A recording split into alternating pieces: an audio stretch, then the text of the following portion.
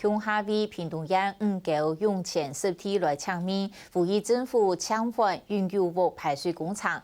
行政院莫拉克重建会今日邀请经济部水利署、屏东县政府和个采体团体搭并居民去会康沟通，里面提升控制，可能会影响到5个实体生态的部分抢停施工，同时会在1礼拜内由重建会邀请工厂专业单位同环保团体、社区居民来打。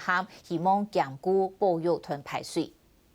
之后呢，还没有做这个合体，那我们有做过物种的调查。行政院工厂会副主委陈振川特别南下来谈采体环保团体说明保育5个水用泉实体的重要性，所引发的部分嘅采体农民嘅不滿。佢東江嘅泥下游都做到只存到1000公尺嘅人，做埋也要動佢哋咯。也唔咩當嘅，也唔咩當嘅，只是講佢下游嗰度個要個鬧嘅環境，改變曬佢冇當嘅。存到1000公尺都話冇做嘅。唔咩當，但係唔公平啊！唔會啦。因為農田一再嘅流失，農民嘅不滿對講法地背路看得出來。但係為做到本排水系統健全，要做得照顧到農民嘅生計。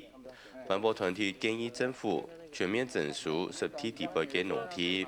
你說原來的土題就這邊，對不對？然後呢？然後這邊的土題在這邊這樣子，因為它這整個區域是一個洪患區，它這個會淹水的地方，所以它其實就會沿着這個土題這樣子，然後整個這個區塊就是一個滯洪池。那如果說把這個整個區塊呢去徵收起來，然後呢？然後它就變成一個濕地塊，因為不管今天它的土題怎麼崩或者是怎麼弄，基本上都不會影響到農民，因為那個已經不屬於它了嘛。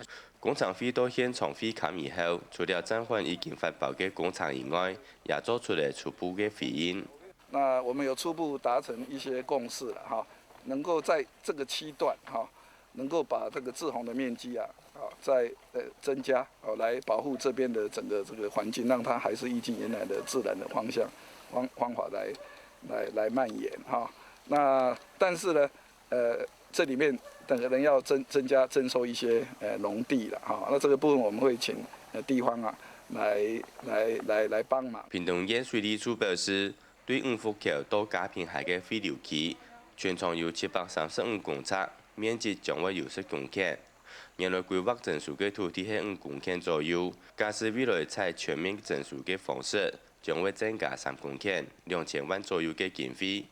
農民也表示同意本政府來整肅土地，但係希望以國家來整肅。畢竟農地大項中嘅檳榔係家庭經濟收入嘅來源。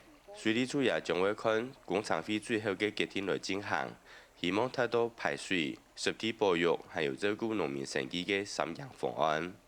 客家新聞潘成峰評論報道。